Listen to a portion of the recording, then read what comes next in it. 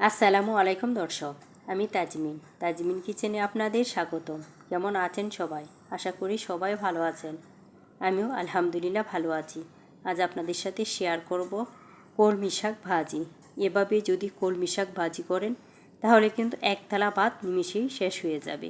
গরম ভাতের সাথে কিন্তু শাক ভাজি ভীষণ ভালো লাগে। তো চলে যাই মূল রেসিপিতে। এখানে আমি এক মুঠো শাক নিয়ে নিলাম, মানে এক আটি হবে।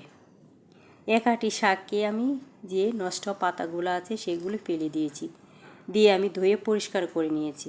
এখন আমি এটা ছোটো ছোটো করে কেটে নেব। যেহেতু আমি ভাজি করব তাই যত চিকন করে কাটা যাবে সেটাই কিন্তু ভালো। আপনারা চাইলে আপনাদের পছন্দ মতো করে কেটে নিতে পারেন। এখন আমি দেখেন কিভাবে এটা কেটে নিচ্ছি। প্রথমে আমি যে নিচের যে অংশটা আছে সেটা কেটে নিচ্ছি, এরপরে আমি পাতাগুলি কেটে নেব। আমি কিন্তু এত চিকন করে কাটতে পারি না, আমি যেভাবে কাটি সেটাই আমি আপনাদের সাথে শেয়ার করতেছি। চাইলে আপনারা আপনাদের পছন্দ মতো করে কেটে নিতে পারেন। আমি শাকগুলো কেটে নিলাম। এখন আমি একটা পাত্রে উঠিয়ে নিচ্ছি।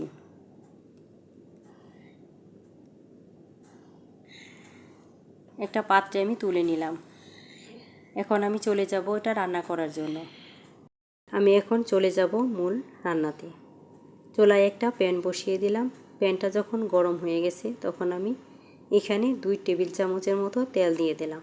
তেলটা একটু গরম হয়ে গেলে আমি আগে থেকে 2টা বড় সাইজের রসুন কেটে রেখেছিলাম সেটা দিয়ে দিলাম। রসুনটা আগে দিলাম কারণ রসুনটা সিদ্ধ হতে একটু বেশি সময় লাগে, এর জন্য রসুনটা আমি একটু নরম করে নিব। তারপর আমি পেঁয়াজটা অ্যাড করে নেব। রসুনটা আমি 2 মিনিটের মতো একটু নরম করে নিয়েছি। এখন আমি পর্যায়ে পেঁয়াজটা দিয়ে দিলাম।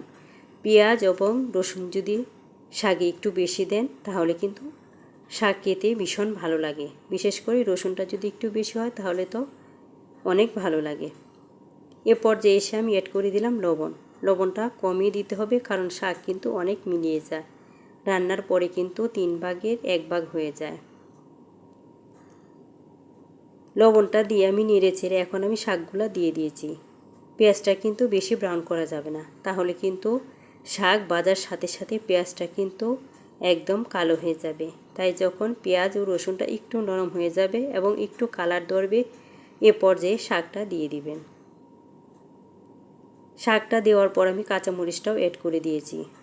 চুলার আঁচটা কিন্তু আমি হাই হিটে রেখেছি। আমার শাকটা রান্না করতে 5-7 মিনিটের মতো সময় লাগবে। 5-7 মিনিটে আমার শাকটা কমপ্লিট হয়ে যাবে। চুলার আঁচটা আমি হাই হিটে রেখে শাকটা দেখেন অনবরত নেড়ে যাচ্ছি। শাকটা কিন্তু কমে যাচ্ছে, শাকে কিন্তু কোনো প্রকার পানি নেই। চুলার আঁচটা যখন হাই হিটে করে দিবেন তখন কিন্তু কোনো প্রকার পানি বের হবে না। অল্প আঁচে রান্না করে শাক থেকে কিন্তু প্রচুর পানি আসবে। আমার শাকটা কিন্তু হয়ে গেছে। দেখেন শাকটা মিলিয়ে কিন্তু 3 ভাগের 1 ভাগ হয়ে গেছে। যে কোনো শাকে কিন্তু এরকম, প্রথমে মনে হয় অনেক বেশি, পরে কমে যায়। তাই লবণ দেওয়ার সময় একটু চিন্তা ভাবনা করে দিতে হবে।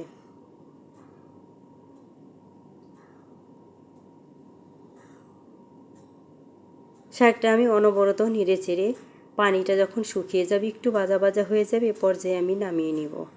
এভাবে যদি শাক রান্না করেন আর সকালে গরম ভাতের সাথে পরিবেশন করেন তাহলে আর কোনো কথাই নেই। সাথে যদি থাকে 1 পিস লেবু তাহলে তো 1 থাল ভাতের চেয়ে 2 থাল ভাত খেয়ে নেবেন। শাকটা আমার কমপ্লিট। এখন আমি একটু পরিবেশন করে আপনাদের দেখিয়ে দেব। এমন একটা মজার শাক যদি থাকে তাহলে ভাতের সাথে আর কি দরকার হয়।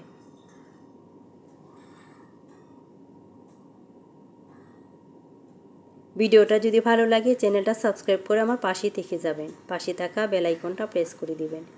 এতে করে প্রথম নোটিফিকেশনটা আপনার কাছেই চলে যাবে। বেশি ভালো লাগলে ফ্রেন্ড ও ফ্যামিলির সাথে শেয়ার করতে পারেন। আর একটা লাইক অবশ্যই দিয়ে যাবেন, লাইক দিতে ভুলবেন না। যারা এ পর্যন্ত আসতে সবগুলি কাজই করে দিয়েছেন তাদেরকে জানাই অসংখ্য অসংখ্য ধন্যবাদ।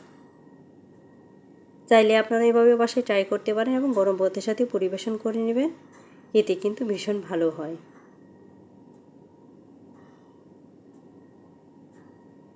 আমার পরিবেশন করা হয়ে গেছে।